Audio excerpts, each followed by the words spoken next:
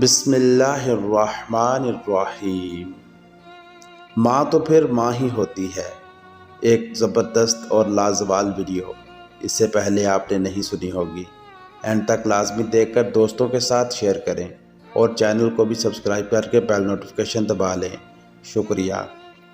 ایک عورت اپنے 3 ماہ کا بچہ ڈاکٹر کو دکھانے آئی کہ ڈاکٹر صاحب میرے بچے کے کان میں درد ہے۔ ڈاکٹر نے بچے کا معائنہ کیا اور کہا واقعہ اس کے کان میں انفیکشن ہوا ہے، اور نوٹ پیڈ اٹھا کر کچھ دوائی لکھی اور رخصت کیا۔ میں حیران تھا۔ عورت جانے لگی تو میں نے آواز دے کر انہیں روکا۔ وہ رک کر پیچھے دیکھنے لگی جیسے کچھ بھول گئی ہو۔ میں نے کہا بہن جی، آپ کا بچہ 3 ماہ اور 7 دن کا ہے جو بول بھی نہیں سکتا، تو آپ کو کیسے پتہ چلا کہ اس کے کان میں تکلیف ہے؟ وہ مسکرائی اور میری طرف رخ کر کے کہنے لگی بھائی جی، آپ کان کی تکلیف پہ حیران ہیں، میں اس کے رگ رگ سے واقف ہوں۔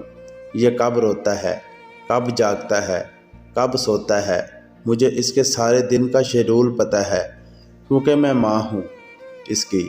انسان کو جب کوئی تکلیف ہو تو اس کے دن بھر کا شیڈول بدل جاتا ہے، اور کھانے پینے، سونے جاگنے کے اوقات بدل جاتے ہیں۔ طبیعت خراب ہونے سے انسان ہر وقت بے چین رہتا ہے۔ کل رات سے میرا بچہ بھی خلاف معمول روئے جا رہا تھا۔ رات جاگ کے گزاری میں نے اس کے ساتھ۔ صبح کو میں نے غور کیا تو بچہ جب رو رہا تھا تو ساتھ ہی اپنا ننھا ہاتھ اپنی ننھی سی کان کی طرف لے جا رہا تھا۔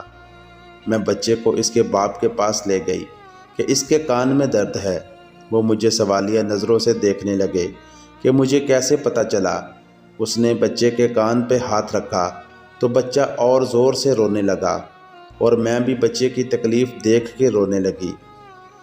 اپنے بچے کی تکلیف برداشت نہیں کر سکی کیونکہ میں ماں ہوں۔